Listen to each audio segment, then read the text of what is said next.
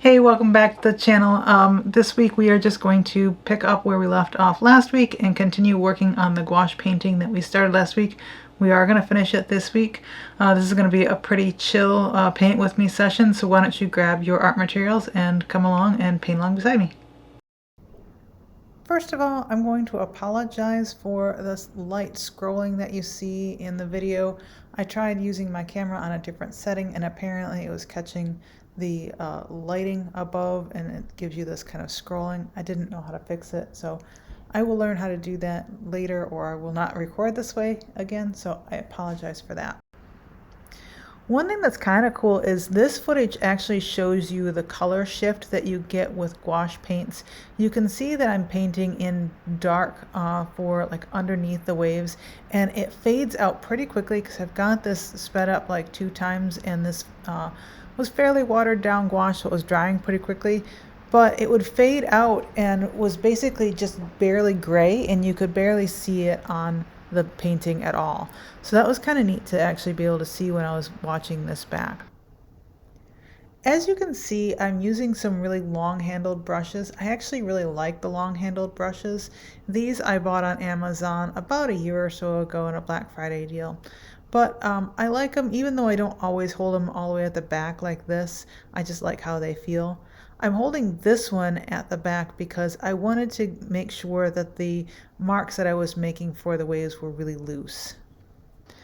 At this point you can see that I've added some light color to the top of the waves to show them cresting.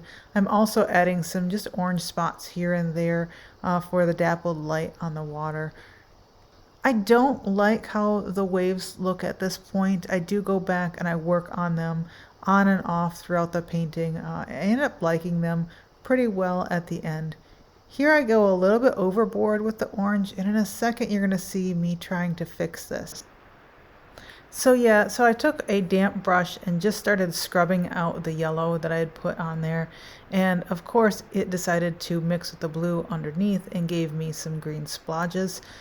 Thankfully this dries and it's not super noticeable, and if it is, it just kind of looks like a variation in the water.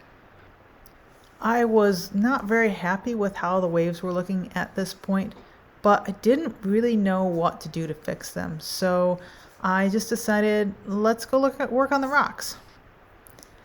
Yeah, I really just wanted to distract myself from the waves at this point, and I figured the rocks should be easy enough to do, and maybe by the time I was done with the rocks I would either A, have a plan to address the waves, or B, the rest of the painting would be a way to distract from what the waves look like to me. For the rocks, I start off by basically rendering each individual rock and just kind of mixing up a variety of different colors and putting them on there. I was looking at the reference quite a bit at this point and trying to put the rocks in that I saw on the reference. But after the first few rocks here, I decided to just make my own rocks up because there's no sense in making it exactly the same as the reference, because the reference was really there just for me to understand kind of where light and shadows would be, where highlights would be, etc., and maybe just give me an idea of some realistic rock colors. At this point, I decided to just start drawing in rocks. I just took some black gouache and was just drawing in some outlines of rocks here and there and trying to make the pattern the way I wanted to at the bottom of the painting, and then in a little bit I will go in and fill those in with random colors. It looks like the first thing I decided to do actually before filling in with colors was to start putting some of the foam around the rocks. Basically all I did here was dipped my paintbrush into white gouache and then just scribbled. So there's lots of different scribbles in order to make the foam. Here I'm just trying to outline the basis of where the majority of the foam is, just so that I have something to work from, and then I decide, oh, it actually comes up a little bit further here.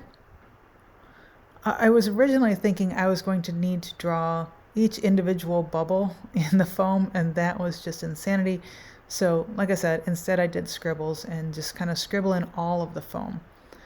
At this point I got tired of working on the foam and went back to the rocks, and here I am just mixing up random colors and putting them in where I had defined rocks. This was a lot of fun because it allowed me to just mix up a bunch of different colors and try them out.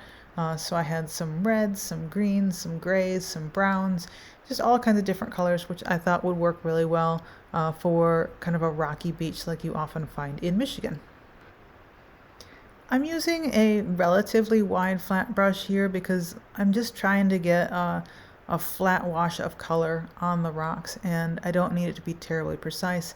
If I happen to go outside of one of the outlines that I'd made for a rock, it's not that big of a deal. The outlines were just there to give me a basic idea of where I might want different rocks. At this point, I think I have the color in on most, if not all, of the rocks, and I'm going back through and trying to add some shadows to some of the rocks to make them look more three-dimensional. I'm also adding some different colors to some of the rocks just so that there's some variation in the color. So some of them might have some grays and some browns, or some blacks and some whites or something like that. I'm putting in some shiny highlights on the rocks here to make them look wet, and basically this is again just some white gouache, and I'm just kind of scribbling it on just to kind of look like the rock is wet.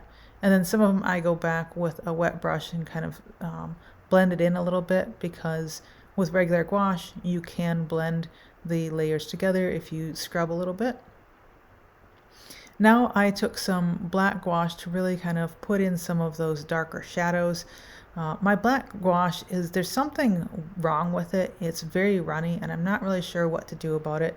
I think I might try and take a toothpick or something and stick down in there and try and scribble around in there. But when I push it on the palette, it gets just really runny. So I'm just pulling it straight out of the tube and putting it onto the rocks here.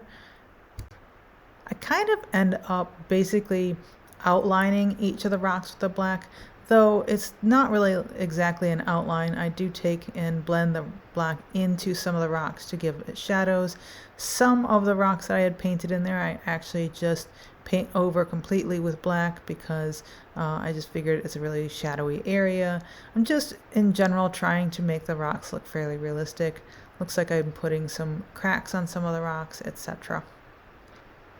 I think this was one of the parts of the painting that I enjoyed the most. I really liked putting in all the little details on the rocks and putting the highlights on there and everything. And this is definitely my favorite part of the painting when I look at it. I think that the rocks really feel realistic. They might not necessarily look realistic, but they feel very realistic. They look like I expect rocks to look on a beach in Michigan. I think the rocks probably took me the longest of any part of this painting as well. As you can see, I'm still working on them, adding different highlights and just different details to the rocks just to make them look realistic. I might actually be, yeah, it looks like I'm working on the waves now and kind of scribbling in some of the white to get the foam in between some of the rocks as well. And here you're going to actually see how I do the foam. Like I said, I just took my paintbrush and I'm just scribbling in the white here. And the nice thing is it's not blending in too much with the background because I'm not using a super wet gouache. I'm using it fairly thickly here so that it lays on top, but it does blend in a bit with the background, especially, and I'm letting it do that because I want some of the whites to be a little bit lighter and some of them to be a little bit brighter, because if you look at foam on water like that, sometimes you're going to see some really foamy bits that are really white, and then other parts are just going to be a little bit of a highlight on the water. And rather than making you watch me paint in all of the foam, here's the final piece. I hope you enjoy it. Whew, we got through it for a little while. I thought I was going to have to do a part 3 in order to finish this painting. There were a few parts of the painting that I thought were going to take me a lot longer to finish than they actually did. For example, I thought that the rocks and the waves at the bottom of the painting were going to take a very long time to finish, and they didn't. Overall, I'm pretty happy with how it turned out. There are some things that I want to improve on. For example, I think that the water in the middle...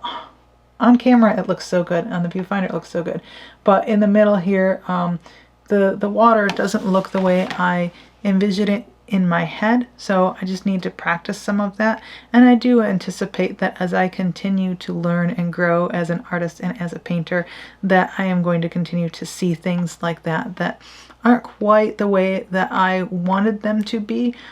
Like I said, overall I'm very happy with this. I think it turned out really well, but if I were to do exactly what I wanted in my head, it would look a little bit different.